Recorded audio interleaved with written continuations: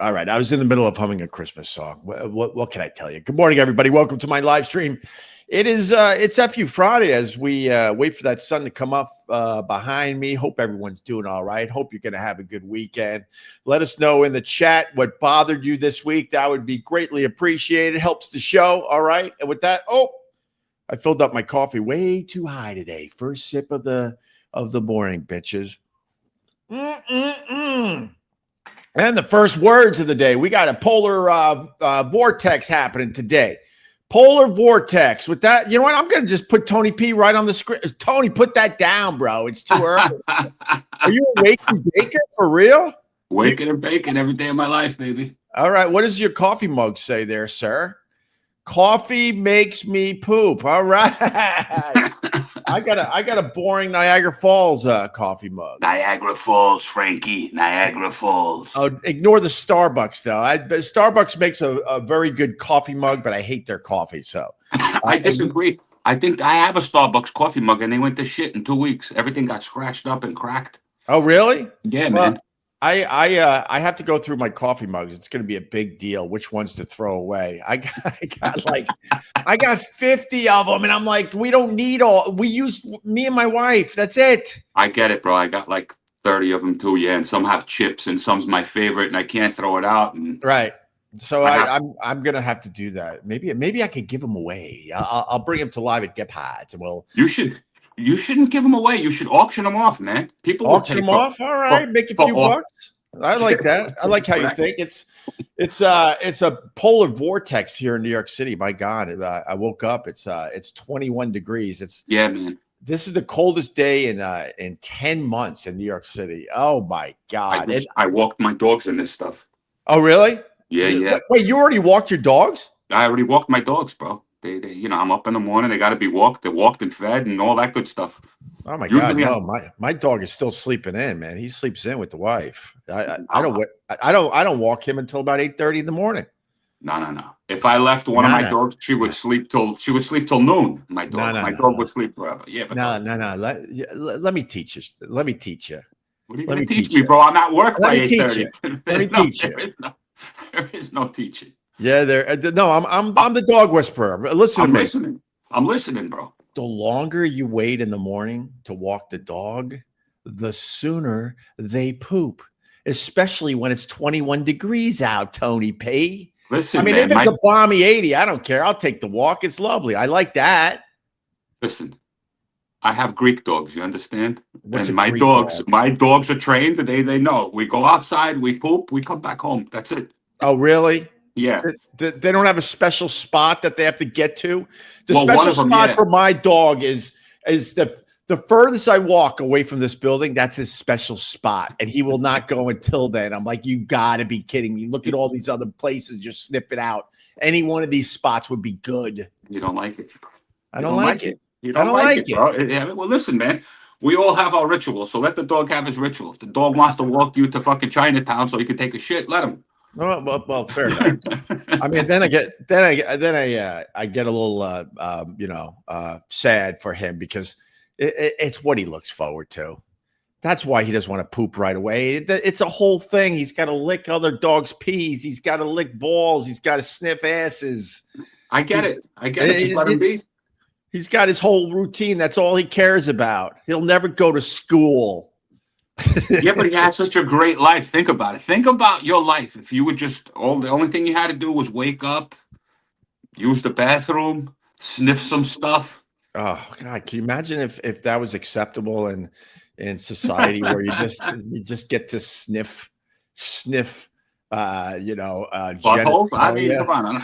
I'm not going around sniffing buttholes. We did that when we were like 5, man. I get it though. I wish I had a dog when I was single because I get it now. All of a sudden your dog, there's a hot girl walking into her dog, and your dog, goes up to that dog and is sniffing and licking genitals. 1,000%. I think that's a turn on for everybody, and it's a good first move to get some dates. There was a girl by Gebhardt's the other night. She was walking around a little Boston Terrier, brown and white Boston Terrier, very attractive girl. But she was looking for something because she went one way, then she went the other way. I played with the dog a little bit, then she left, then she came back. You know, she's looking for an Upper West Sider with money, probably. Oh, damn! All right. It is. I gotta tell the people it's bread bag weather today. Do you know what bread bag weather is? I don't know what bread bag weather is. You don't know what bread bag weather is? I don't, bro. I'm telling you, I don't. I've never heard of it before in my life. It's bread bag weather. I'm going to just let that one sit there for a little while. All right. It's bread bag weather. Okay. Do you have any FUs today, Tony P? Also, I think we got super moon. Huh? Did you see the super moon tonight? I didn't see no. I didn't see no super moon. The brightest moon. It's not going to be that bright or hanging low in another 20 years, man. Oh, that's cute. Good for the super moon. No, yesterday when I woke up to the west, I looked out my window, and I guess it was the day before the super moon because the moon was hanging low and it was very, very yellow. Very yellow. It almost looked like a mini sun in the sky. This was bright today. Like I said, I felt like it was daytime walking my dogs. It wasn't that. Yeah, it's gorgeous. Let's get Ron. Ron, the waiter. Ron. Hi, Ron. You're late, Ron. I'm exactly on time. No, you're not. That's how I look at it. No, you can't look at it that way. You're 6 minutes late. 6 minutes late. I'm going to dock you 6 minutes pay. Are you growing a mustache, Ron? Oh, mustache, right, here's the thing. Wait, hold on. I'm trying to do a little Fu Manchu. I don't know, dude. Let it go. Does it make me look like dirty? Do I look dirty? Yeah, well, you look dirty anyway. So I'm digging this. Wait a minute. Oh my God, you have one too. I have a full beard. He's just got a beard. No, you got to go Fu Manchu, Ron. 1,000%. 1,000%. It'll work on you, brother. It'll work on you. And honestly, anything's gonna work on me. Look at this. No, not anything, Ron. Look at this punum. Look at this punum. That's Yiddish for face. Know why the Fu Manchu will work on you? You could turn into evil Ron.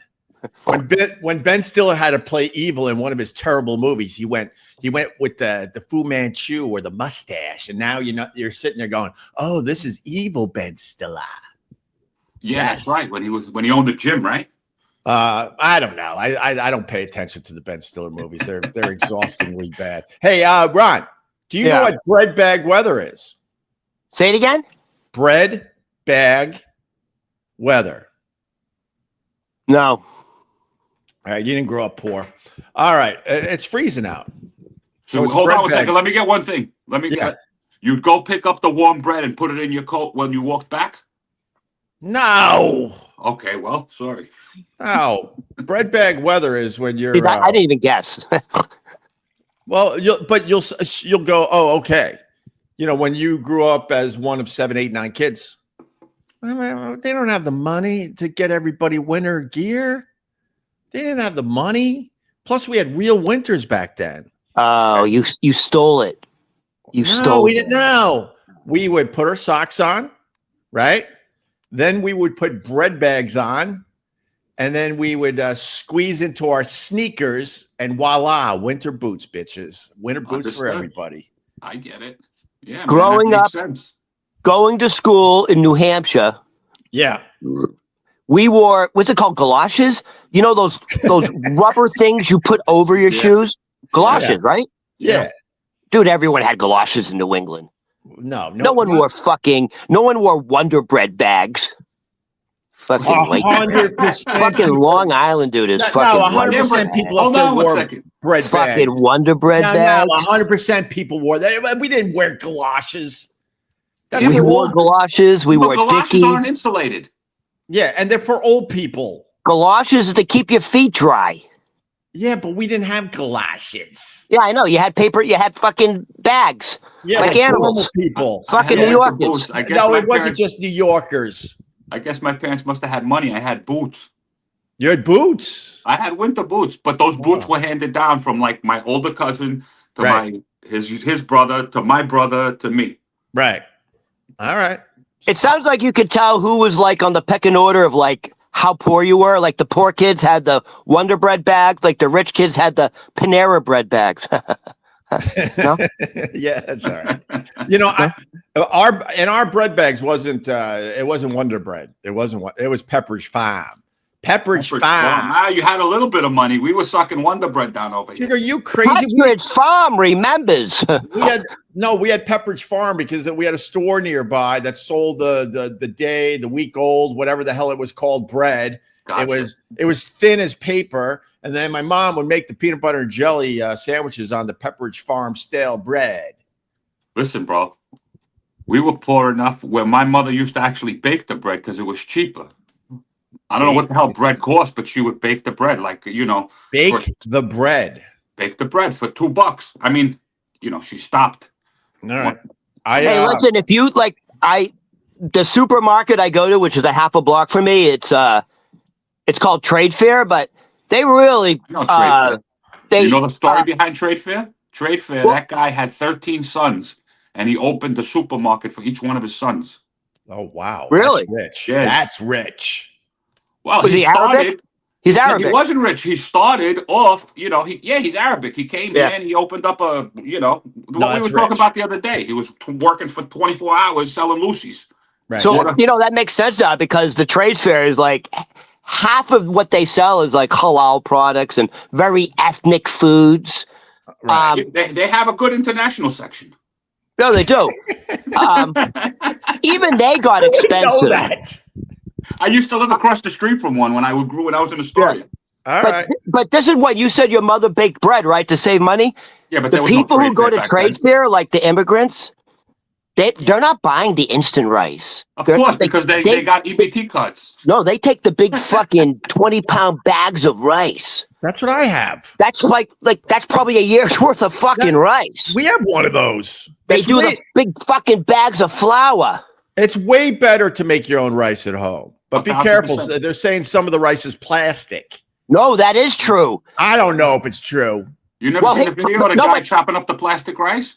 No. They in China and in Asia, they're adding little white plastic imitation rice to fill up the volume to save on money.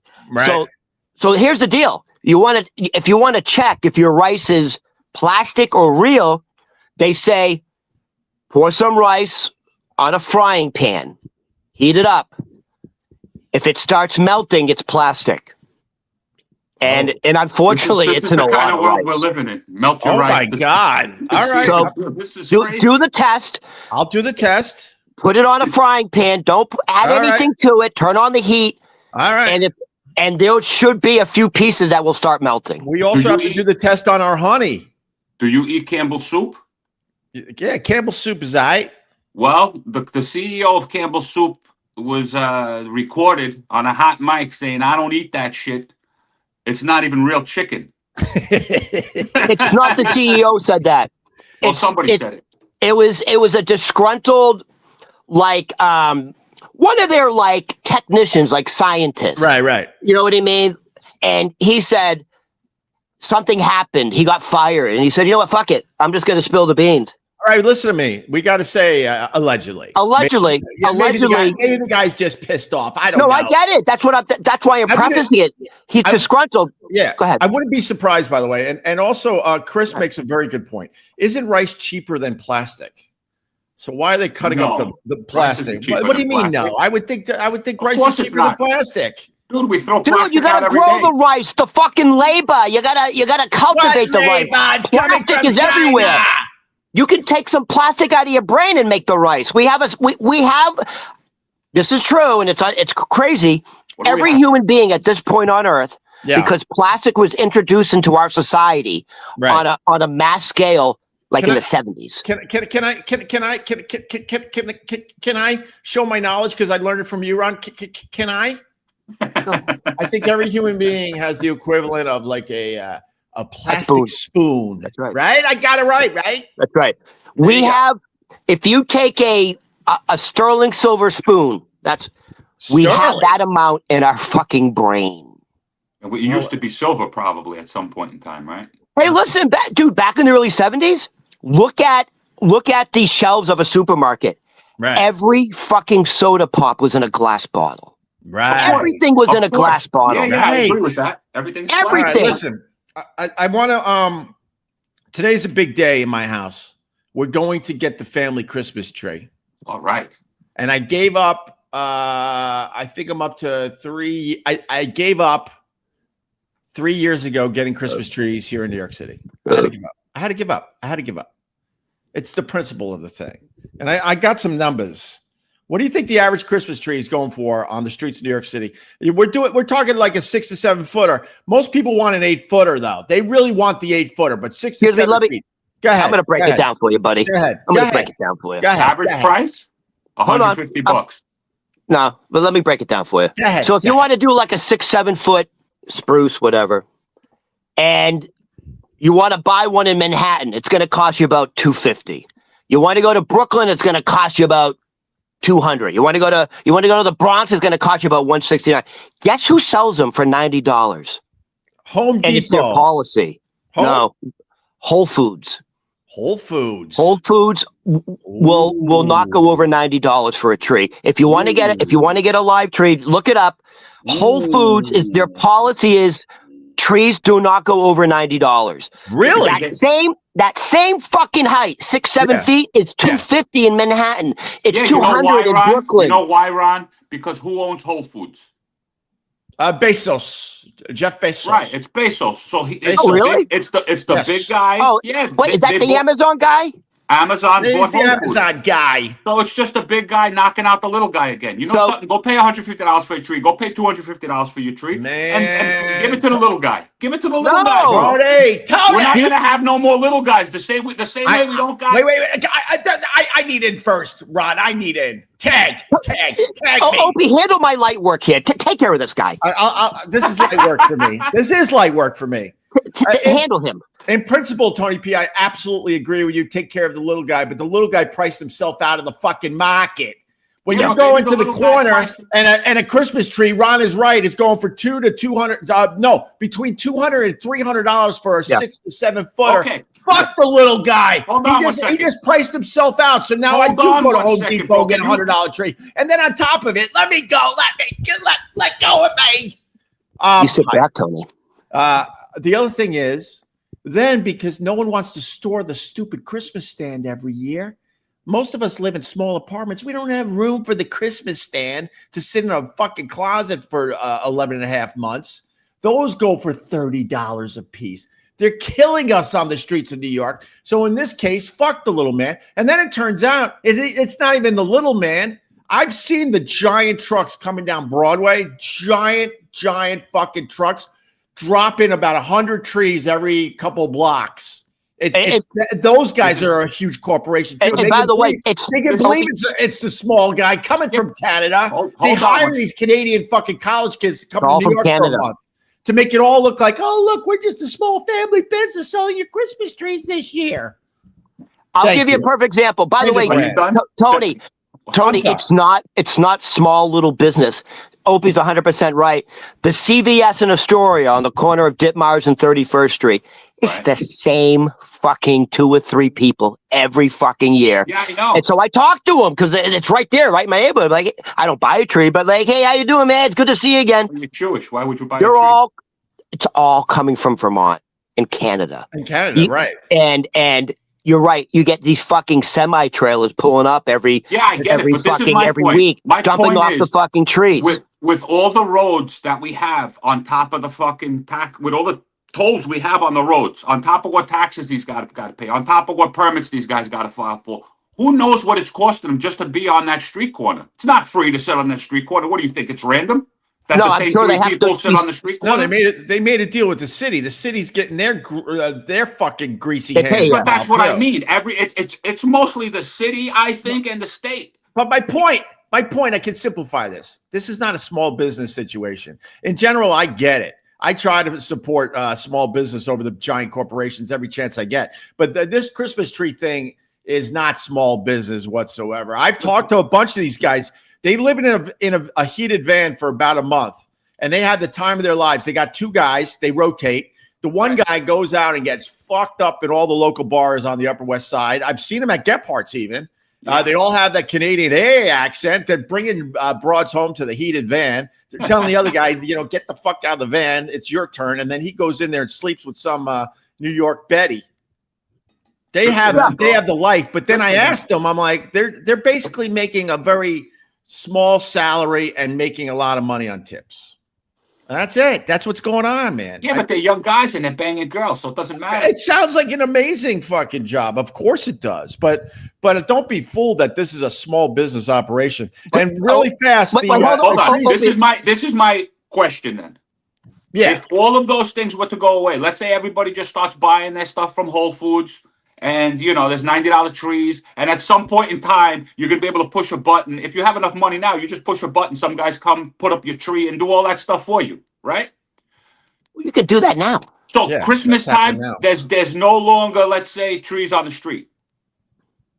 Is it really New York at Christmas time then? It's not New York. What are you doing, hypotheticals now? Are you crazy? No, I'm not doing hypotheticals. It's not New York. It's not Christmas in New York if for an 8-foot tree you're spending over $300. What says Christmas in New York when your Christmas tree costs $300? Take away the trees. Take away the roasted chestnuts. Take away the horse-drawn. Take away the horse-drawn carriages. What do we got? Hanukkah. No one. And I mean, fucking Tony, the first time you fucking made sense. Let's get rid of this fucking pagan Christmas thing, and let's go fucking full in with Hanukkah. Let's fucking make Mandani crazy. I lost Ron.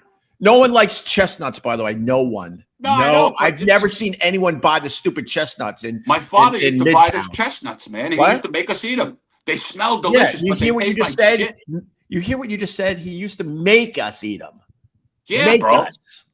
Well, so just to give context, that's the problem with this world. Everybody's doing what they want to do. Nobody's being made to do anything anymore. Maybe we need to be made to do stuff. Tony's on a rant today. Tony, let me tell you this much. So, in principle, I do agree with you that the big corporations are wiping out all the little guys, and I don't like that at all. Okay, but I have noticed that this Christmas tree on the side streets is bullshit. That's a huge corporation too. So listen to me. No, I got you. Listen, I own a big tree. I take my daughter. It's me and my daughter's thing. I take my daughter out of school an hour early. We take a little ride about, I don't know, almost an hour north of the city, right? This year, I'm getting a tree from a firehouse. That's small business right there because all the money is going to help the firehouse. Yeah, and they're not going to hammer me for $300. I think with a decent tip, I leave with a tree today for $100. Hey, Tony. Hey, Tony, you got a family of 4 living in New York City. They can't fucking afford a $200, $300 tree. Listen, bro, but they can afford a $90 tree, and they can sit around the tree and celebrate the birth of your God. You know what I have? I have a pre-lit tree. I take it out of the garage every year. I plug it in. The lights are already on. I got to argue with nobody. My wife puts the ornaments on, and I'm good. It cost me $300 about 4 years ago. One-time purchase. We don't have storage. We don't have storage for a fake Christmas tree. We don't have a garage. We don't have an attic. We don't have a basement. Hey, Tony, how much did you pay for that? Put it in Long Island. Hold on. Tony, slow down. How much did you pay for that electric tree? It was about $300 or something like that. Right. Hey, your buddy Donald Trump, who you fucking love, because of the tariffs, they're now about $500. They're about $500 because every fucking tree comes from China and Asia, and there's a 30 to 50% tariff. Now electric trees are $500. Thank you, Donald Trump. All right, it's not Donald Trump, bro. It's not Donald Trump. All right, yeah, Donald Trump's God. You're. Can I say one more thing about the Christmas trees? When I first moved to New York City, they never, ever put up the Christmas trees before Thanksgiving. Now they do it a week before. Oh yeah. 2 weeks before. Oh yeah, they're trying to make their money. It was like clockwork. The day after Thanksgiving, the fucking stands would go up. Now it's 2 weeks earlier. And here's another sign that it's not working anymore. I know these trees are purposely grown for Christmas. I'm not stupid. You see the mountains that are just filled with Christmas trees, but my point is day after Christmas, you see all the fucking trees that they did not sell that they just now have to fucking put through a wood chipper. It's a lot. When I first moved to New York, a lot of these tree areas, whatever, they sold out. They sold out, but not anymore. They're left with a lot of trees. A lot of trees. All right. Well, they chop it up, turn it to mulch, and sell it to you at home. Yeah, I understand that, but my point is, you're out of your mind paying over $300 for an 8-foot fucking tree. That's crazy. You can't afford it. What the fuck? You want to choose a tree, or you want to choose to pay your fucking car insurance? Well, come on. It leads into, guess what city is the most stressed out city in the world? New York City. Of course. The list came out. We beat cities that you would be scared to walk around in. Detroit. We beat cities where bombs are going off. You understand? Yes. Hold on. Detroit. How about Compton, California?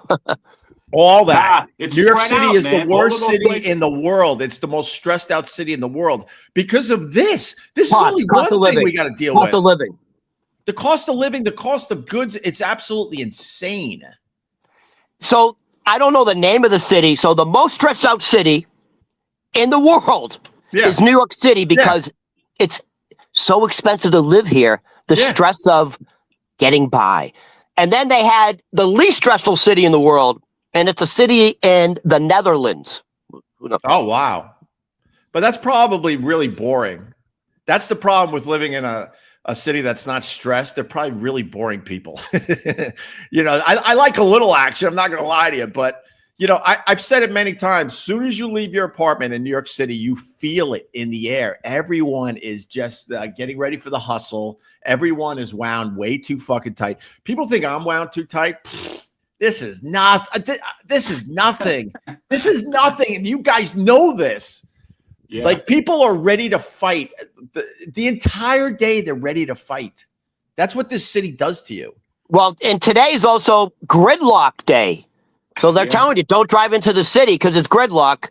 And Wednesday, when I was coming to the show for the 5 o'clock show, I've never seen the subways so fucking packed. You couldn't walk on the platform. You couldn't get into the train.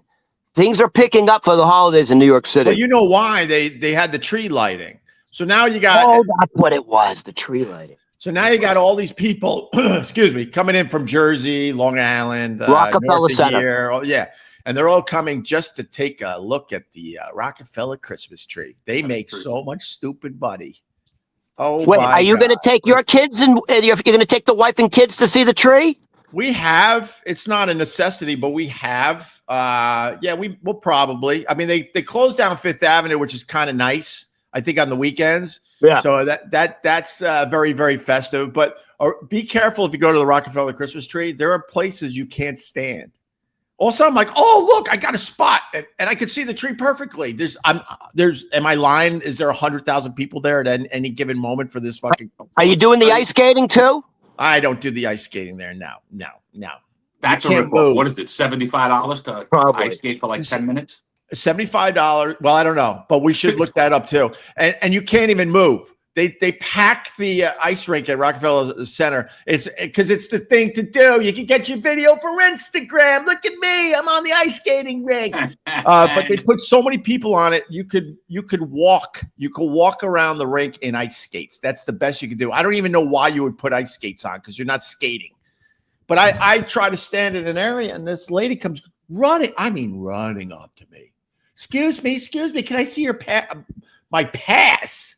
This is a VIP area sponsored by, I forgot the sponsor at this point, sponsored by blah, blah, blah. And if you don't have a pass, you're not allowed to stand there to look at the tree. That's when you say, Opie, that's when you say, listen, bitch, I'm Gregory Opie Hughes, you fucking. Who's? What's a who's? Hughes, whatever your fucking name is. You're from Boonville. You're from Boonville. I did a little Dr. Seuss. By the way, Rockefeller Center, okay?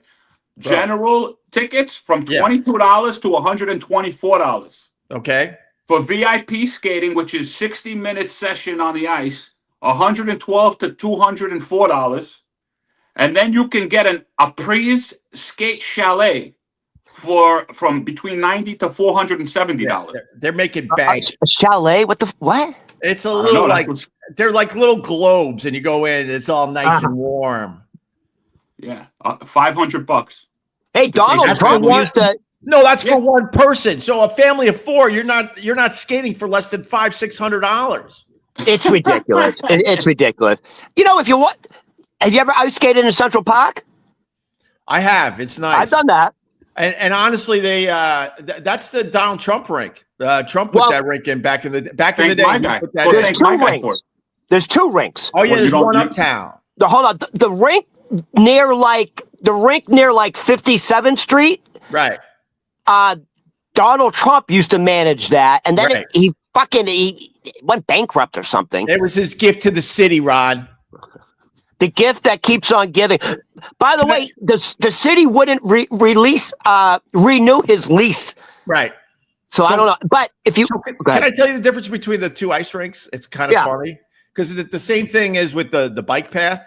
So if you the ice rink near 57th Street, oh my God, that ice is just smooth as could be. I mean, smooth.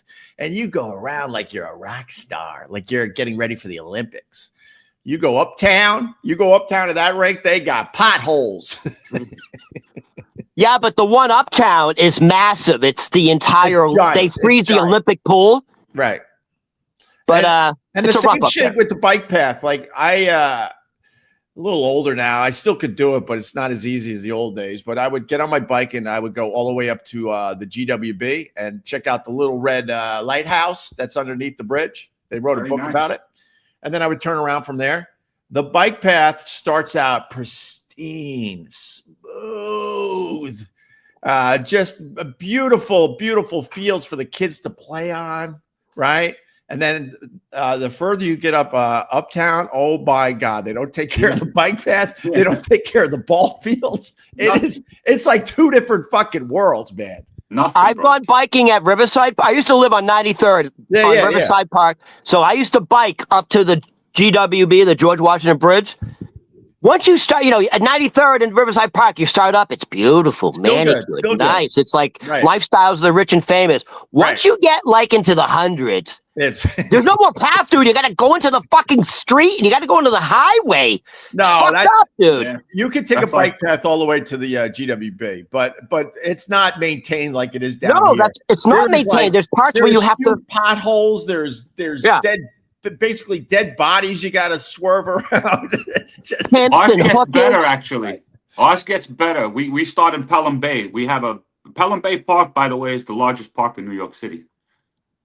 And the bike path starts shitty because it starts in the Bronx, and the further north you go towards Westchester, it gets better, actually. Oh, it's almost like a glass path. It's almost like the Wizard of Oz path by the time you get out of the city. So this person goes, ew, dead bodies. All right. We got Richie Rich coming in with Who the Man. I know Ron's got stuff to talk about. We got FUs. If you guys got anything that bothered you this week. I got a quick FU. Really quick. Yeah. Really quick and stupid. My FU, just to get the chat going, is all the people that feel like they have to clap when a plane lands. What? Why are you surprised? Why are you surprised? Why are you surprised? I hate those people. Hold on. Do people still do that? The emergency exit without the slide. Do people really still do that? Yeah, they still do that, bro. When's the last time you flew? It's been a couple of years, to be honest with you, but but I understand. All right, look, any flight that is more than an hour, people will clap when it lands. Are you serious?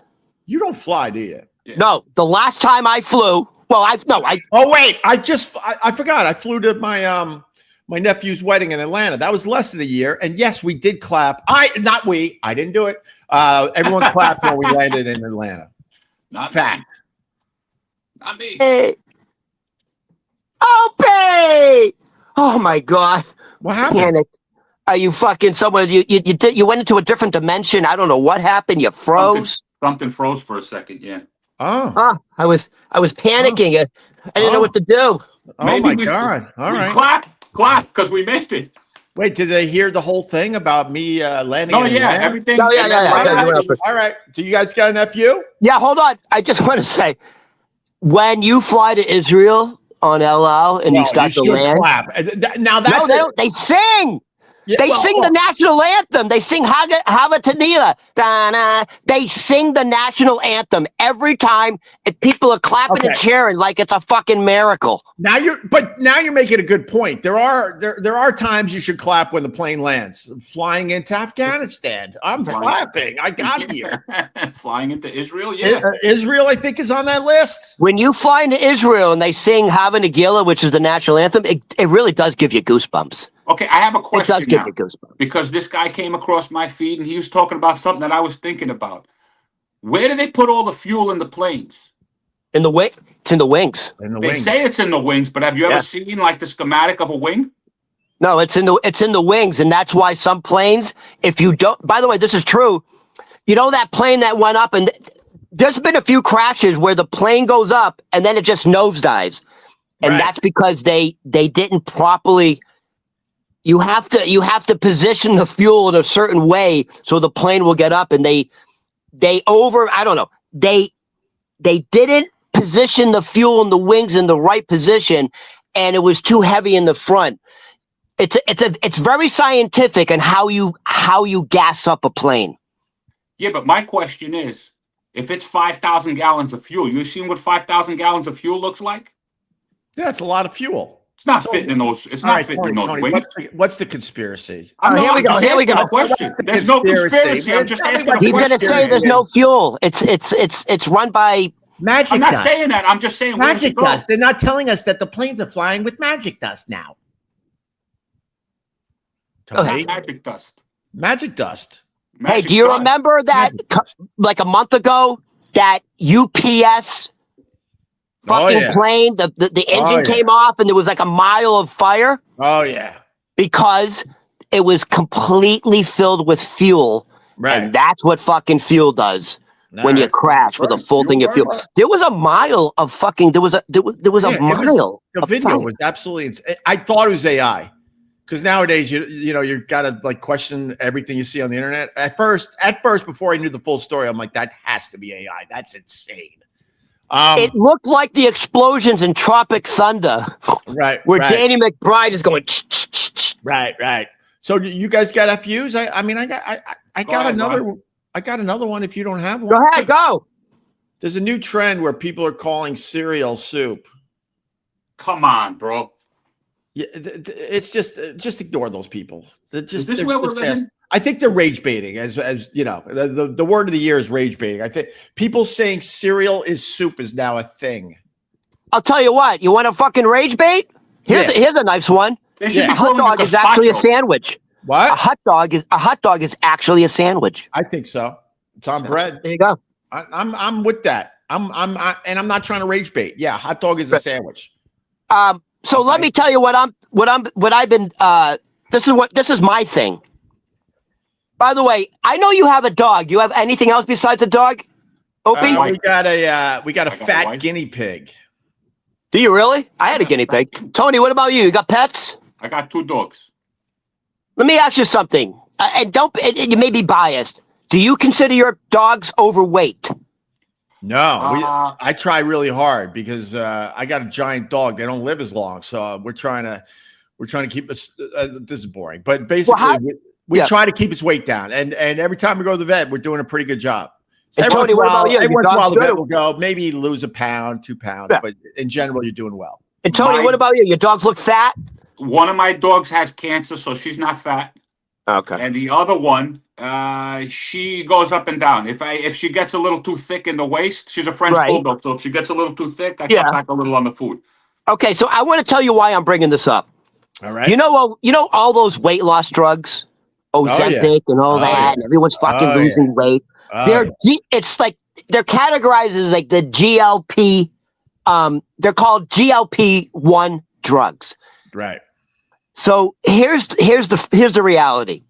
60% of cats and dogs in America are clinically obese, which is resulting in there are hundreds of thousands of cats and dogs with diabetes. Oh so now they are coming out with by the way, they're not calling it GLP-1, they're calling it Meow 1. They're coming out with Ozempic for cats. Seriously. And it's yeah, you insert it, and she's insane, bro. it's a real fucking thing. They're going to do a 2-year trial. They're going to get FDA approval, and then they're going to move it over to dogs. That's insane, And they're going to put an implant in the where cat. we've come in society. Instead of saying, just feed your dogs less, or instead of giving people a course to say, this is how you should treat an animal. Here, just give the dogs Ozempic. Let's sell you some more shit. Here's, as a dog owner, my dog is stubborn. He knows where the good stuff's coming from. The grease from making hamburgers or the cutting off the fat off a steak. He waits for those days. We don't do that every day, obviously. But as soon as you start doing that with your dog, that's all he wants to eat. He don't know. He doesn't give a shit about his health. So there are times as a dog owner, you have to give him a dry bowl of fucking dog food and let it sit there. He'll eventually eat it. He'll eventually, yeah. You start feeling bad because he's not eating, but you're like, you can't feed him the garbage every day. Correct. They had this news segment on like Good Morning America, and then Will Reeves, Christopher Reeves' son, who's on the show, goes, right. I have a follow-up question. Why don't you just stop? Why don't you stop overfeeding your dog? Like, why give it medicine? It's not like your dog or cat is sneaking into the kitchen and opening up the fridge. You're the one feeding it. Ron, you're 100% right. And you got to talk about this very carefully, but we said it at Gephardt's the other night. There are people in this fucking building I don't recognize anymore. They look like melting candles, right? There are people that need to be on this stuff for real health issues, but a ton of people are using it because it's the shortcut to losing weight. It's the easy way out. Instead of eating a little less every once in a while, they would rather take the shortcut. And with that, I want to show you something really fast. And it's not fair because she's in mourning. That's what everyone's saying. Leave her alone. She's in mourning. But has anyone seen what Kelly Osbourne looks like?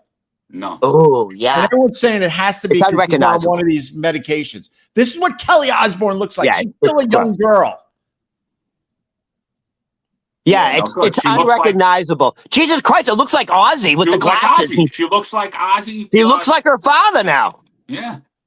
That looks insanely unhealthy. But be careful. Looks like a ghost. Be careful, because if you say anything online about that video, leave her alone. She just lost her daddy.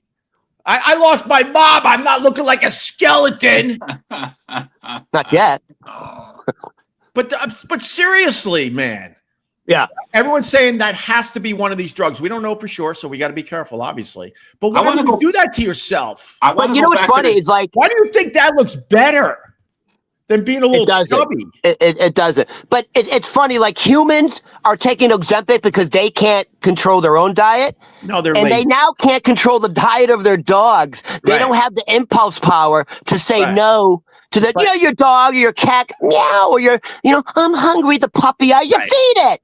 But listen, we got to be, once again, really careful. There are people, everyone knows someone in their life that really, truly needs something like this for serious health issues. Health reasons, diabetes, for Christ's sakes. But it's become the trendy thing to do instead of like, dude, I suffer to try to keep my weight down. I suffer to try to lose 10 pounds every year. I lose it, I gain it back. And then you see these people doing literally nothing and losing all that. It's like, what the F, bro? I don't know. Hey, Tony, I just got to make a comment. I don't know why, but from the forehead up, dude, I keep seeing Pee Wee Herman. What's going on, bro? It's the light, man. It's the light. I know.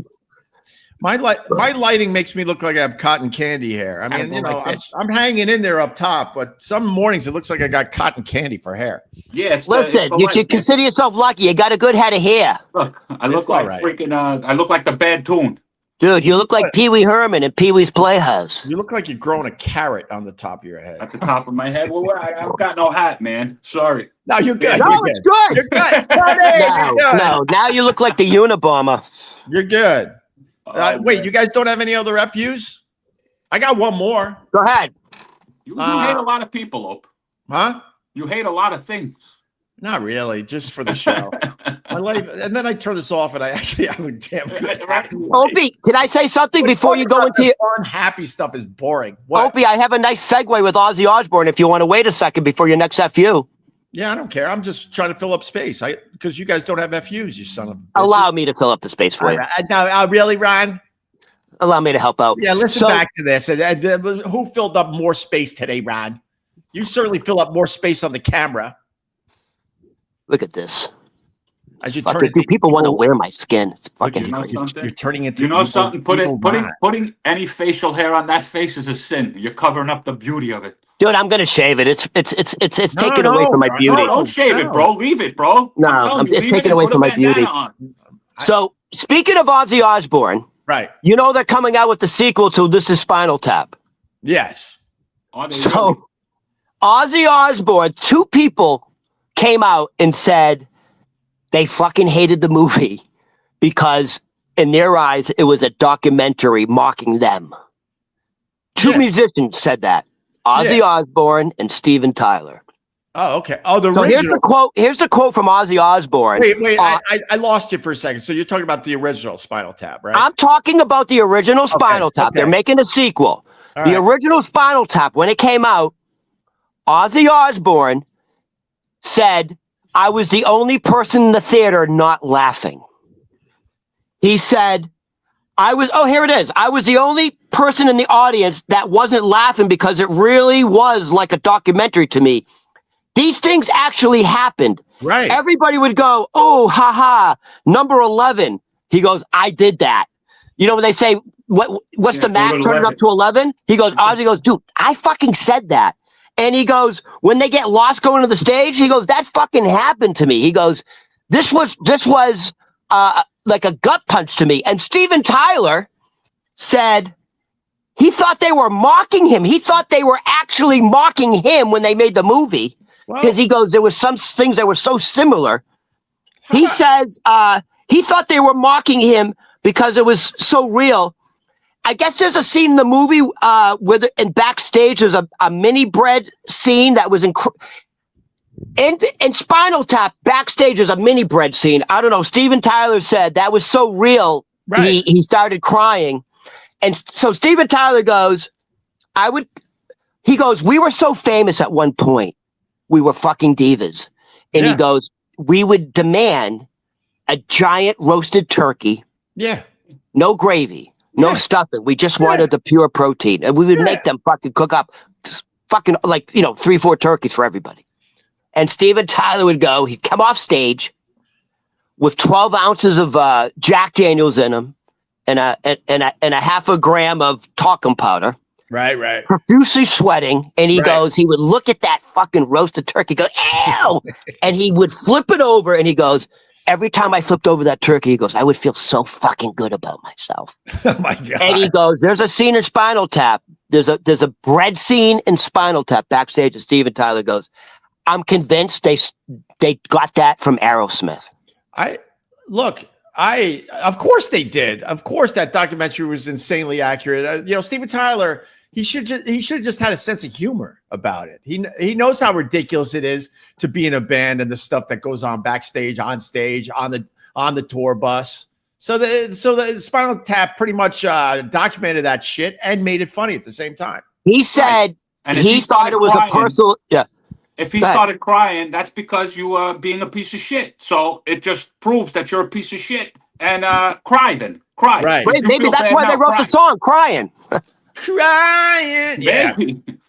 He said he took it so personal that he said, well, you know what? I'm going to have to get over it because I'm a professional. But he thought it was a personal attack on him. So, Spinal Tap 2 is going to be a pile of shit, right? Of course. Why do you think that? The same way history of the world. They waited too long to make the sequel because, first of all, there's not even rock bands anymore. So what are you going to be mocking? You're going to be mocking like Sabrina Carpenter and Bad Bunny and Taylor. Who are you going to be mocking? Because there's no real rock bands anymore touring. That's Jesus, Opie. I think you're kind of right on that. Like, where are the touring rock bands? Where are the Dave Grohls and the fucking rock bands that were hustling? Guns N' Roses, Aerosmith, fucking Foo Fighters, just hustling, going from gig to gig because they just fucking loved it. Those guys are gone. They're gone. These kids are not listening to the rock, man. Not much. Now they're all YouTube stars. Although, I walked by my son, 2 nights ago. and he was listening to the Killers, Bright Side. And I was like, Okay. there's hope. There's hope. There's hope that he's gonna like some rock. These kids don't like rock, man. I'm telling you, I'm in it. Yeah, I got 2 kids. They're both teenagers now. I'm in it. Man, God bless you, bro. Yeah. Well, it's funny when we were growing up, dude. All we listened to was like AC/DC, right, Pink Floyd, right, Zeppelin, right, Aerosmith. Yeah, because that's all we had. Black Ron, Sabbath. you understand? right. When we grew up. Yeah. When we grew up, you didn't have it. If you had a television in your room, you were lucky. So what did you get? You got the record player, you got the tape deck, and you sat there and you listened to stuff, and your friends came over and you talked. Right. People don't do that no more. People sit in their rooms playing games where they're beating each other up on the games, right? As far as I know, that's what my friend's kid does. And they talk to each other from their couch. Yeah, I mean, I think rock did it to themselves, though. You know, it's really kind of a bummer that there's no rock bands anymore in general. But I think they did it to themselves. I would like to do a deep dive on what happened where rock literally went away. Literally went away. Was it because it was easier to make music in a studio without all those people? Did they rely on the computers and everything else, and they didn't really need to like set up a traditional studio with the entire band? But they had to have done it to themselves, and there has to be a jumping off point that, as I have this thought today, I don't know, what it is, but it's worth looking into. Dude, you could say this 100 times. Will you please stop? We're not here for the nonsense. Jim Norton said that you made Ozzy sit outside and annoyed him. I never did that. All right, so I addressed your stupid questions. So can you move on? This guy literally made 20 accounts to say this today. These people are fucking lunatics. I just know lunatics. Yeah. See, because the narrative is I was just a terrible person when I did the big radio show. Everything I did was just terrible. Listen, that's a whole. Hold on one second. Hold on. I gotta say something. I just met you. I know nothing about what you did in the past. I really don't. Right? I know that you were this and you were that. But that being said, from the day I met you, you've been nothing but nice to me. You're horrible, Opie. You've been nothing but nice to me, bro. That's exactly right. Exactly right. I don't know. Exactly bro. right.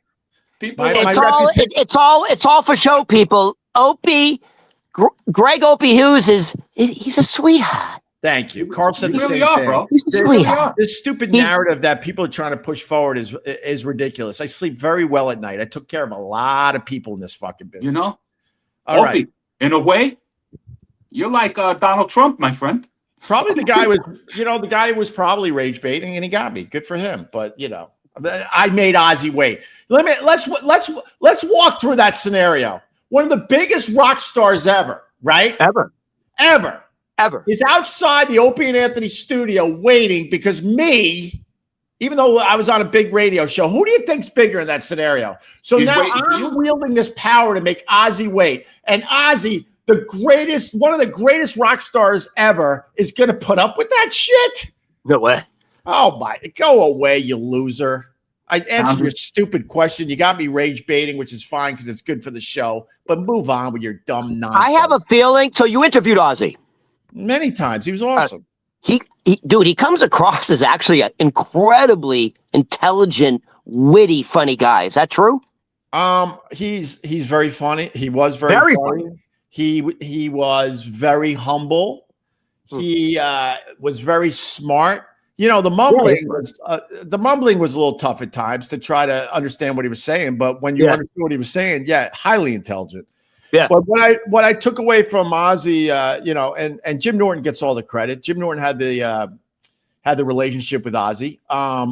What you take away from it, he was so appreciative, so humble. You couldn't believe you were in the presence of Ozzy. You would think he would have that attitude like they portrayed in Spinal Tap. You know what I mean? But he was so down to earth.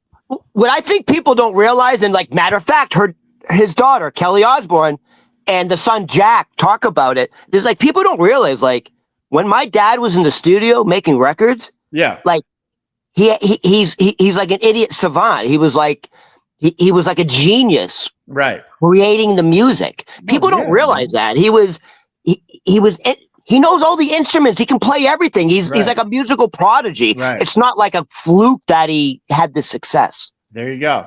All right, I think we gotta start wrapping up, Ray. We haven't even done anything. We haven't done nothing. Well, the thing I gotta explain this to people too, because there's a lot of podcasters. They can't do this they simply can't do this every day. So they do 1 a week, 2 a week. I do this every day because it's my nature. I've been doing this my entire life. It's easy to do an hour of this every day, but we try to keep them short because I know everyone has a million fucking podcasts that they're trying to get to. So I try to make it short, make it quick, hit hard and fast, and we move on. So that's my philosophy. Hit hard and fast. That's my philosophy with the girls. Hard and fast. Hey, Opie, since you're talking about everyone and their fucking mother, even Trader Joe's has a podcast, right?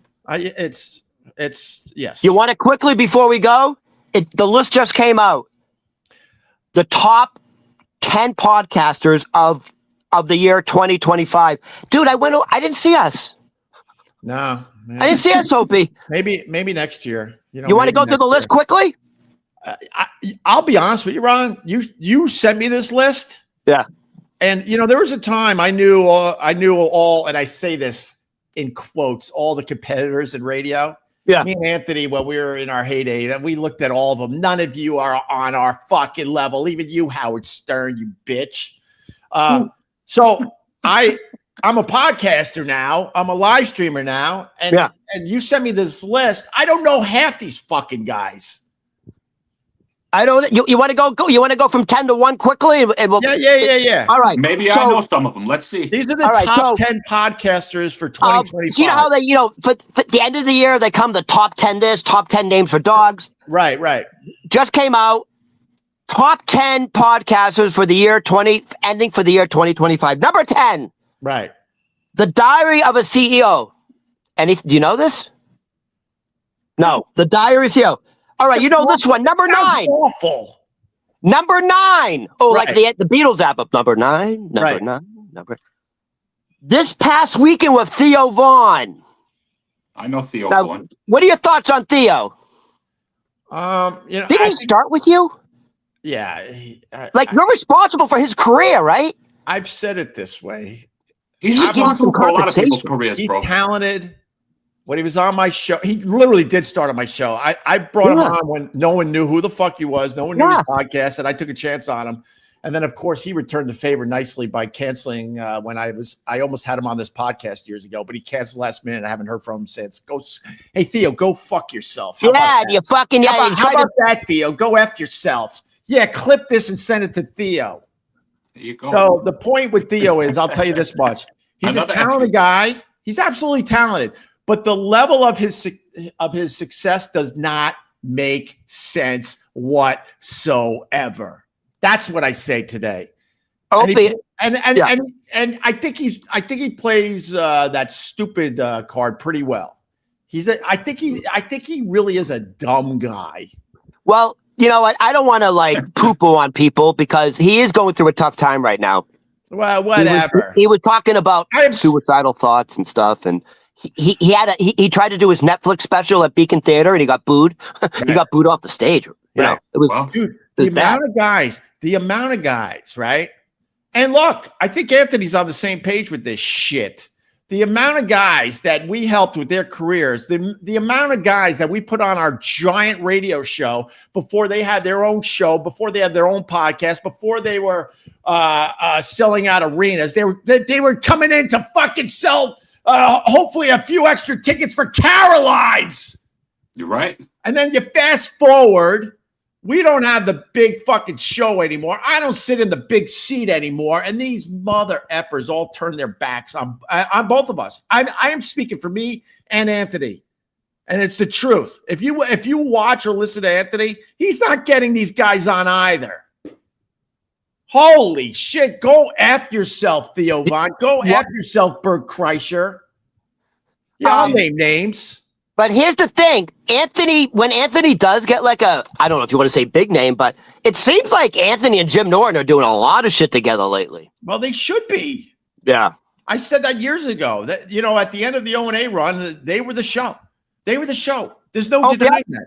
Yeah, I have a quick question for you, Opie. Full time. I have a quick question for you. Yeah. Besides Theo Vaughn, because I think this is very interesting. Besides Theo Vaughn, how many other people do you think you're responsible for their success? Because a lot of people got their start on the Opie and radio show, and they got their start on the Opie and Jim Norton show. I would never say responsible, but we certainly not responsible, but help them, help launch their career. I mean, you help get them to more people, to a broader audience. Dude, I mean, besides Theo Vaughn, who are we talking about? Dude, the story. Chris DiStefano? DiStefano had MTV, help before me, but I can't say responsible. That's up to the audience. That's up to the audience. But give me some more names. Theo Vaughn. Well, I mean, the famous story is that when Joe Rogan was starting his podcast, Joe Rogan, he came on our show. We loved Joe Rogan. We loved him, and his podcast didn't have numbers at first. We had a much bigger fucking audience, and I was able to get the company to run Joe Rogan on the weekends on our channel. Excuse me, Opie. You are responsible for one person's career, pretty much, and you've said it yourself. Who? Bill Burr. You're Bill Burr. No. Rich Voss. No. We helped all those guys, but I think someone like Bill Burr. Right, okay. And Joe, that's why I don't want to say responsible, because I know we helped Joe Rogan. Okay, we put him on our channel on the weekends. Yeah, and our huge fan base was embraced Joe Rogan. That was a real thing back in the day. We had a huge fan base that would embrace anything we said. Correct. And also on the weekends at the time was Bill Burr. Bill Burr's podcast wasn't doing anything yet. We had the much bigger audience. Does Bill Burr have a huger presence than me? Of course. Of course, the whole thing is flipped. But back in the day, he was another guy that we absolutely helped to get his podcast out there. You're absolutely responsible. And then it's got to be said that, sorry, Ron, you got me going, which this is the good stuff, I guess. Then Bill Burr famously came to me, and he got to a point in his career. He didn't want to do things for free anymore. And he said, I just want to get paid. I said, I get that, Bill. Went to the company. Said, Bill Burr wants to get paid to keep his podcast on the weekends. They said, we don't need Bill Burr. They famously said, we don't need Bill Burr and we don't need Joe Rogan, because then Joe Rogan also around the same time came to me. If he came to Anthony, I don't know, but I know he came to me. Okay. I'm sure he probably talked to Anthony as well, to be fair. And he said, look, you guys are cutting up my show on the weekends. I want the show to run as is, which if you're a content provider, I get it. Went to the company and said, Joe Rogan wants, he doesn't want a 1-2 hour block. He wants the whole show played on the weekends. They said, we don't need Joe Rogan. We don't need these guys. So both of them went bye-bye. And then look what happened to those two guys. Sirius XM could have had Joe Rogan and Bill Burr if they played their cards right. Easily. I remember you saying something, because I know his son. I know Greg Girardo Jr. Right. Didn't you say Greg Girardo is one of the people you wish you didn't let go or you kept? No. That's No, the Greg Giraldo thing was some of these guys, I wish they did the show more. Oh, okay. Yeah. Greg Giraldo was an amazing talent, but he didn't do the show a lot. That's where, for whatever reason, it wasn't because we didn't like him or anything. We didn't have a lot of fucking open spots back then. Everybody wanted to be on that show. So when I finally needed a little help from some of these guys, and they all just said, your little podcast, go at, that's why they could all go screw. And that's why I burned bridges, because I think that makes you a terrible person. I want to say this. You really were fucking famous back in the day, because I did your show like at Pete's Tavern, right? Well, it was a pop-up. The first time. Sure. Yeah, it was a pop-up. And I remember you. Oh, and then I did it again later. I did it at Gephardt's. And I remember you saying to me, and you said to me both times, hey, be ready. You're going to get a massive jump in views and likes. Right. When we did Pete's Tavern, and then we did Gephardt's before COVID, right? Yeah, it was, And you said connected around then, yes. Yeah, and you warned me. He's like, hey, just be ready. You're going to get a massive jump. Dude, I got 30,000 likes after doing your show. Yeah, that's how famous you were. And I'm not in that world anymore. I got 30,000 likes. No one knew who I was. Yeah, that's what pisses me off, because these guys would come through that studio door And by the time they left the studio, they had sold out shows wherever they were. Name recognition. Dude, no one knows who the fuck I was. I had 31,000 likes after doing your show. Because I killed. I mean, look, Bert Kreischer, a talented guy, deserves what he has, right? Yeah. But he wasn't big when he was coming on the Opie Anthony show. He even said he was a fucking fan of our show, right? Yeah. So I finally need a little help. I'm starting the podcast. I got my dick kicked in by Sirius XM. I need help now, you fuckers. Yeah. And I wrote Bert too. Hey, Bert, can you do my podcast once? It'll mean a lot to me. I kind of need the help, right? Nobody writes back. I'll always be a fan. What the fuck? In other words, no. I'll always be a fan. What the fuck does that mean? Wow. Just say no. I'm not doing your little fucking fucking go fuck yourself, Opie. What? He's saying go fuck yourself in a nice way. 100%. Yeah. Go fuck yourself. I should have said that back in the day when these guys were trying to get real traction. Yeah, back in the day, did he still have that belly? He was always fat. Yeah. So he was always. It's a good thing you didn't fucking say anything to those people back in the day. You did what you did because you're a good guy, bro. And that's the bottom line. Right. I do remember you saying you had a big fucking part in Rich Voss's success. Oh, Rich Voss. I mean Rich. What happened? What's wrong with that guy? Rich, who do you think you would have been if you were never on the Opie and Anthony show? Maybe I'd be some kind of guy who's always selling, stuff on the side. I'd be selling Christmas trees, maybe. Whatever. I don't know. I got to go now. I'm mad. Now you're mad. Now you got this guy mad. Now he's got to go walk. No, I'm not. I'll be honest with you. I'll turn this off within 10 minutes. I'll forget I said half this shit. 1,000%, bro. I'm with you. All right, listen. For real, I got to go. Tony P Comedy. No, Tony P. No, Tony, your whole name, right? Tony Papadog. No, it's Tony P Comedy. That's it. Well, on Facebook, it's Tony Papadog for some reason. But, Tony P Comedy on other platforms. Go with Tony P, will you? Papadog it's too ethnic. I feel like ICE is going to get you. There you go. And by the way, there's plenty of other guys that did the exact same shit, and they did it to Anthony too. You don't see a lot of the old guys on either one of our shows. Speaking of Anthony, let me finish with this, because the last time Anthony and Jim Norton were on Skankfest, Anthony said, "Can't fucking Opie just fucking suck it up, tuck his dick in between his legs, and let's get back to business." He goes, Opie and Anthony, if we come back, would be serious fucking money. No. Would it be serious money if you guys got back together, or is that just bullshit? No, 100%. There's nostalgia. There's nostalgia at this point, but I have no desire. He just said way too much, crap about. You got to stick with your scruples, man. You can't give in. I mean, like, what do you want to do a show with a guy who overtly is racist? Well, I mean, let me. You ever see his fucking Twitter account, the X account? Dude, it's bad. Let me. Anthony's X account.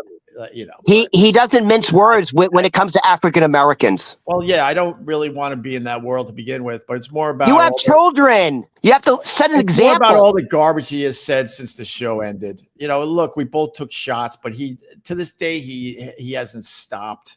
He hasn't stopped. By the way, I just want to say, I would just walk in a room like, "Hey, how are you, pal?" No, I just want to know, Anthony's doing some psychological shit with me. Because he's like, "Hey, I fucking love what you're doing," blah blah blah. Right.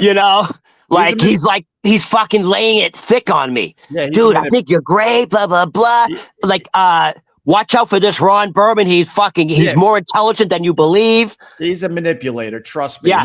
He's trying to get on my good side. I know. And the fact is, I have a good side, Ron. I think we got a little nice thing going on. And every time there's a nice little thing going on, these people come out of the fucking woodwork to try to destroy it. I'm not stupid. Hey, look what they did to Chris Ferretti. Fucking ruined that guy. Jesus Christ. Is that what happened? Gee, how can you have such thin skin as a comic? Is that what happened? They got to Chris, and that's why he goes. He said it was too much for him. Anthony and that fucking podcast. He goes, it crushed him. They said it crushed his soul. The negative comments. You fucking suck it up, you fucking. How about you just don't read that shit? I'm aware of this terrible stuff out there. I avoid all of it. I honestly lost Twitter to the point I don't go on there anymore. I literally go on Twitter to go, hey, I got a new podcast out. Hey, here, check out this clip. You just gotta. I lost Twitter, so why would I go there and read terrible shit about myself? This is what people don't realize. This is what Chris Reddy doesn't realize. The more they come after you, it means it's working. It's because you're doing something right. They don't come after losers. They don't come after people who aren't making waves. If they come after you and attack you, that's a good sign. Of course, I love it. I cherish it. I love it when they come after me. Listen to me. I know it's working. The numbers are moving. Today we had 39 people check this out. Usually we have about 20. We're on to something, Ron. So the last time I really spoke to Chris Ferretti, he's like, yeah, dude, I can't do it. He's like, they came at me so hard. My soul was crushed. Oh, God. My soul was crushed. Bro, Jesus Christ. Then you're in the wrong business. I also think his soul was crushed when I gave him that lap dance. He said he could feel his. All right, Ron. I gotta go. I had a lady tell me the other day, get the fuck off stage. Literally in the middle of my set, she said, get the fuck off stage. Well, she was doing everybody a favor, Tony. What? That woman has a lot of sense. Yeah, that woman is a goddess. That's why you keep booking me, Ron. Get the fuck off stage, yeah. You know who I'm proudest of today?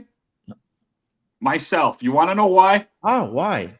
Because Ron tried to bait me into a red hair conversation today about 5 times. Right. And I didn't bite, Ron. High five, Tone. Oh, good for you, Tony. High five. You're a 51-year-old man maturing. Yeah. You didn't take the bait. You didn't take the bait, Ron. I didn't take the bait, Ron. You didn't take the bait, Rage? No, I didn't. And me and Tony are going to be wearing MAGA hats next time we're on. 1,000%. That's right. Tony's turning me. I'm turning red. I'm turning going red. Now they have the hat. They have the red hats. MAGA for Mandani. I know. Mandani. Mandani's going to be a bust. All you people that were worried about our Muslim mayor, watch what he gets done. Nothing. You know what Mayor Adams just did? Because he's so worried about Mandani. Right. Because Mandani wants a full boycott of all Israeli companies, and he wants to void all their contracts. And Mayor Adams just did an executive order that he can't do that anymore. It's Israel is fully protected from Mandani cutting off ties with Israel. Oh, all right. Opie, what happened?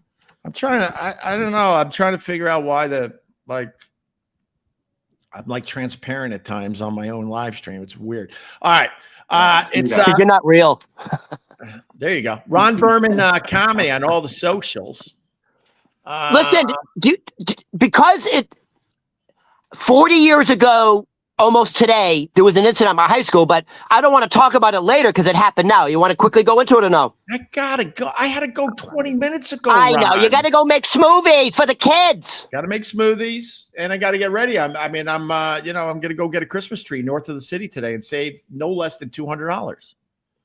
Dude, go to what is Walmart? It's a thing. We go to the diner. There's a diner where they have the milkshakes with the piece of cake sticking out of it, so all the kids can fucking Instagram the shit out of it. But me and my daughter, we actually eat the shit. I think I know where you're going. We don't just order and take our Instagram picture and throw it in the garbage. Are you going to Connecticut? No, we're going over the river and north a bit. All right. Because there's a great place like that in Connecticut. There's some little diner, and it's got all those crazy like Instagram treats. There's like 87. That was another one of my FUs that I didn't get to. The people that are ordering. Doesn't New Jersey isn't New Jersey considered like the diner capital of the world? It's like it has some of the best diners. Bro, we live. We're talking about Connecticut, but you're right. I'll take your FU. People are eating all of this crazy shit, and then they want to shoot themselves up with Ozempic. There you go. Look how we brought it all around. It's insane. But I'm gonna defend some of these people absolutely need it. I get it. No, if you need it, then you there's need a it. whole ton of people that are just taking the shortcut, and Listen. you look like a melting candle. Can I Correct. say one thing? The bottom line is Ozempic. Good. the bottom line is there wasn't a boom in that. People didn't just everybody got diabetes. It's not the people that need it that have Right. raised the prices to what the hell it is. And Right. by the way, my guy's the one who regulated those prices, isn't he? There you go. All right, listen, I gotta go. Just quickly. No, I'm not Those getting drugs- into the Trump shit. No, Yeah. there's no Trump. No, I'm no. baiting him now. Ozempic and all those drugs, they weren't made for weight loss. It was a side effect that went, it was made strictly for diabetes. Yeah. It was type 2 diabetes. Right. It was a diabetes medicine. And whoa. Right. And The it's still in side the of- diabetes it- medicine. it And wasn't you a want to weight hear the loss sick part medicine. about it? The sick part about it is my cousin has diabetes, and because it's so expensive, he can't afford it because he doesn't have medical insurance. There you go. So all the people Who doesn't that have wanna- medical insurance? Well, I hope this administration can fix. Oh my God, let's go. They don't want. Look. There's another FU. Look, he's going to That's give it a again. huge effort, and I'm going to tell you why. I don't give a fuck what political party you believe in. They do not. None of them want to actually fix that shit in Washington. No, they don't want It's to too help hard to do. They don't want to deal with that. And I don't care if you're a Democrat or a Republican. It's the Republicans' turn to get the blame for sure. But there's going to be a Democratic president right around the fucking corner, and our healthcare will still suck in America because those assholes in Washington, none of them want to actually fix it. All right. I'm hoping President Newsom can fix it because he is going to be our next president. All right.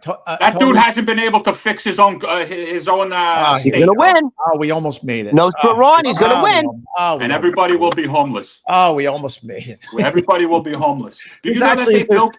Do you know that there was a guy who went around building shelters for homeless people, and the mayor and the government of California went around and ripped all of those shelters down?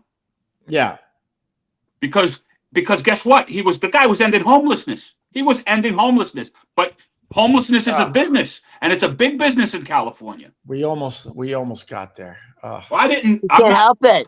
These cult MAGA Jim Jones fucking Kool-Aid drinking motherfuckers, they can't help. Hold on. Who's drinking the Jones. Kool-Aid, Ron? Who's drinking the Kool-Aid? This guy went into office called saying rage he was baiting, gonna baby. saying Rage he was going baiting. to end homelessness, right? Did he I say got he you, was going to end Tony. homelessness? I got you.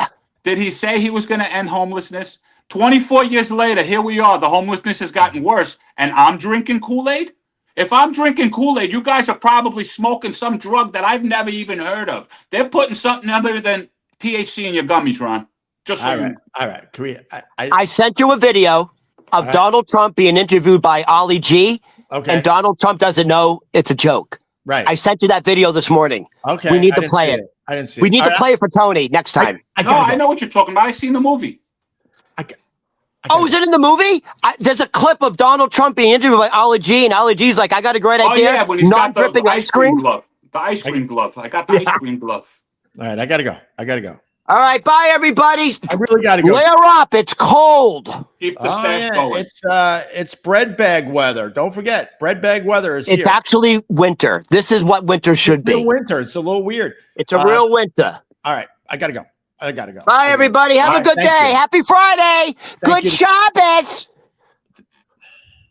Thank you to Tony P. Thank you. Oh, Oh, I Thank you. can't say good Shabbos to my people. And thank you to Enjoy Ron your day. Let me say it now before Mandana gets sworn in. You're not going to disable the word Shabbos. Good. I mean, Good. Merry Christmas, you. Merry Christmas, you idiot. I want the Jewish mayor back. I want Bloomberg.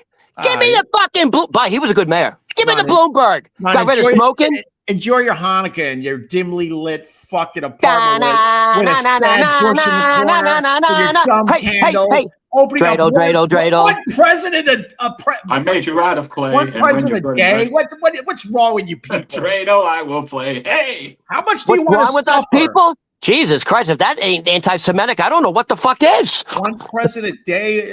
How much suffering do you guys need to do? I can only imagine the Jewish families with the young kids, and they got a pile of presents, and they go, "Nope, one a day, just one a day, everyone." As you stare at a stupid, sad bush, as you try to make believe it's a Christmas tree. So we do get 8 presents. We get them for 8 days, but people don't get silly. Like the first couple days of presents, like day one, it's practical shit. Yes. A pen set, socks, underwear. Oh my God. You know. You're proving And my then like the point. last day is like the bike Oh, or the great. stairs. You know, the Atari set. Oh, that's wonderful. Oh, you guys suck. Yeah, man.